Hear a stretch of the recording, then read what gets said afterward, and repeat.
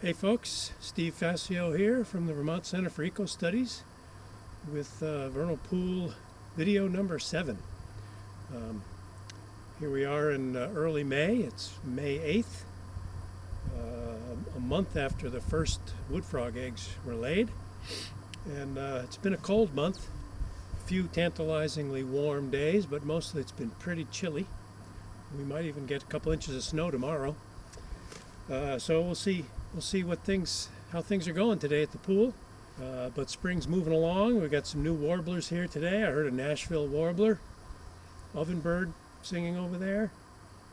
So spring's moving along, even though it's chilly and we're mostly staying home. So let's go take a look and see what we can find today. Well, one thing I'm noticing is that the water levels dropped a bit, and some of these wood frog eggs are now exposed, and if we don't get some rain pretty soon, they're not going to make it. Just one of the reasons each wood frog female might lay a couple thousand eggs. Well, these wood frog eggs were laid on April 8th, and here it is May 8th, and they're just starting to hatch. That's a little longer than average, I'd say. I'd say something more like 3 weeks would be a more typical period for them before they hatch. Just another indication that it's been a cold spring. The water temperature is quite cool. As we zoom out here, we can get a sense of how large this communal egg mass is that's now been colonized by a symbiotic algae. Like most newborns, young wood frog hatchlings spend a lot of time just resting. They have little suckers on just below their mouths that allow them to adhere themselves to objects like leaf litter or even the egg masses that they hatched from.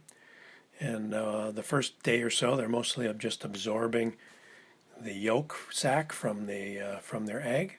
They may feed a little bit on the jelly, and they'll also feed on some algae and other material during the first few days. But it takes them a good 5 or 6 days to where they're becoming pretty good swimmers.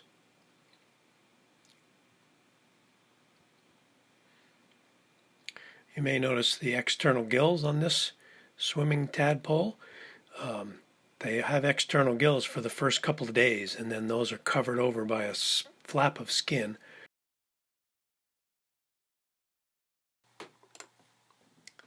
One of the more abundant macroinvertebrates in vernal pools are caddisfly larvae that you see here.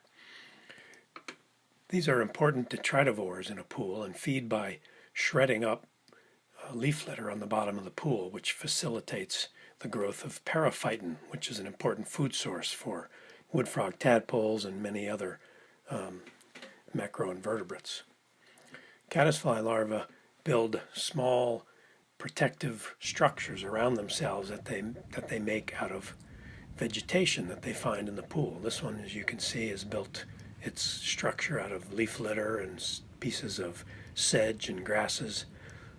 And they live inside that, kind of create it's like a tube inside they live in, and as they grow, they continue to add to that structure to make it bigger and bigger.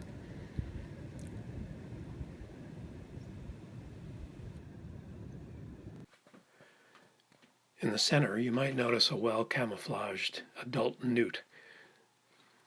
These excellent predators don't typically breed in vernal pools because the hydro period is too short, but they will move into vernal pools to feed on a variety of things, from wood frog eggs to tadpoles to salamander larvae and a wide variety of invertebrates.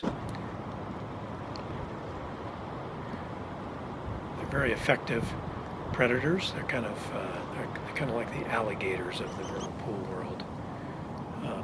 They're predators that are stimulated to feed by movement, so they won't typically feed too much unless they see something swimming right in front of them.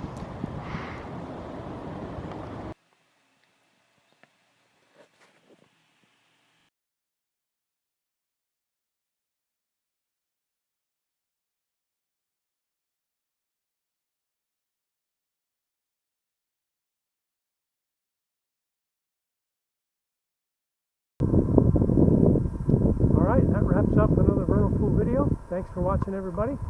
Stay safe and well, and get outside and enjoy the spring.